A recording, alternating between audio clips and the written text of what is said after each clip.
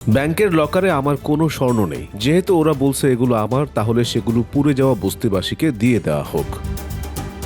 কদিন ধরে শেখ হাসিনার নামে এমন কথা ভেসে বেড়াচ্ছে ফেসবুকে, যে কথার কোনো প্রতিক্রিয়া কেউ দিতে পারেনি। সম্প্রতি শেখ হাসিনার দুটি লকার থেকে 832 ভরি সোনার গয়না পাওয়া গেছে।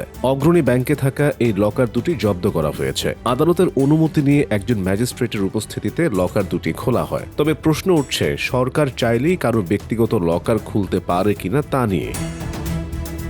সাধারণত আইন অনুযায়ী শেখ হাসিনার লকার থেকে উদ্ধার করা সোনা তার আয়কর বিবরণীতে না থাকলে তাকে কিংবা তার আইনি প্রতিনিধিকে শুনানিতে ডাকার কথা। সেখানেই এ বিষয়ে জানতে চাওয়া হয়। তবে সরকার চাইলে আদালতের নির্দেশে ম্যাজিস্ট্রেটের উপস্থিতিতে লকার খুলতে পারে, কিন্তু এর বিচারিক প্রক্রিয়া নিয়ে উঠেছে নানা প্রশ্ন। এদিকে সোনার মালিকানা নিয়েও দেখা দিয়েছে দোটানা। প্রথমে এই সোনা শেখ হাসিনার বলা হলেও এখন বলা হচ্ছে সেখানে আরও অন্যান্য মালিকানা রয়েছে।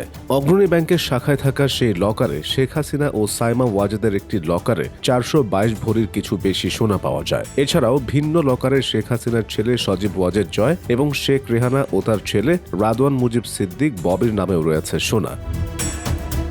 তাই সব স্বর্ণ যে শুধুই শেখ হাসিনার, সে বিষয়টি ভুলভাবে উপস্থাপন করা হয়েছিল প্রথমে। 2024 সালের দ্বাদশ জাতীয় সংসদ নির্বাচনের প্রার্থী হতে শেখ হাসিনা হলফনামা জমা দিয়েছিলেন। হলফনামায় দেখা যায় তিনি নিজের নামে 4,34,00,000 টাকার স্থাবর ও অস্থাবর সম্পদ দেখিয়েছিলেন। সোনা ও মূল্যবান ধাতুর অর্জনকালীন মূল্য দেখিয়েছিলেন 13,25,000 টাকা। অবশ্য সেখানে সোনার পরিমাণ উল্লেখ করা হয়নি। শেখ হাসিনা 2008 সালের জাতীয় নির্বাচনের সময়ও হলফনামায় সোনা ও মূল্যবান ধাতুর মূল্য বাবদ 13,25,000 টাকা দেখিয়েছিলেন। মানে 2008 ও 2024 সালের নির্বাচনের হলফনামায় শেখ হাসিনার সম্পদের মধ্যে সোনা ও মূল্যবান ধাতুর মূল্যে কোনো হেরফের নেই।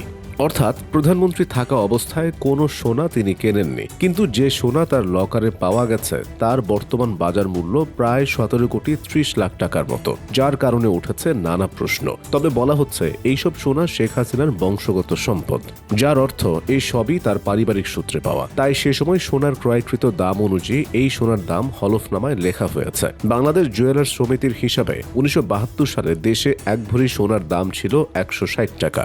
1990 সালে সোনার ভরি ছিল 6,200 টাকা, আর 2000 সালে তা কমে হয় 5,750 টাকা। তাই শেখ হাসিনার দেওয়া তথ্য অনুযায়ী তা খুব একটা ভুল নয় বললেই চলে।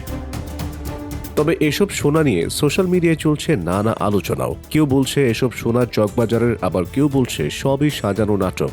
অনেকে বলছে আবার এসব সিটি গোল্ডের সোনা, কারণ কালার এবং সোনার ধরন সব নকল মনে হয়েছে। এছাড়াও আওয়ামী নেতাকর্মীরা বলছে এসবই সরকারের একটা কৌশল, বিভিন্ন আলোচিত ঘটনার মোড় ঘোরাতে এমন নাটক সাজানো হয়েছে। আর যদি এইসব শেখ হাসিনার হয়েও থাকে তবে খুব বিরাট কিছু নয়, কারণ তিনি একটি ধনী ও ঐতিহ্যবাহী বংশের সদস্য।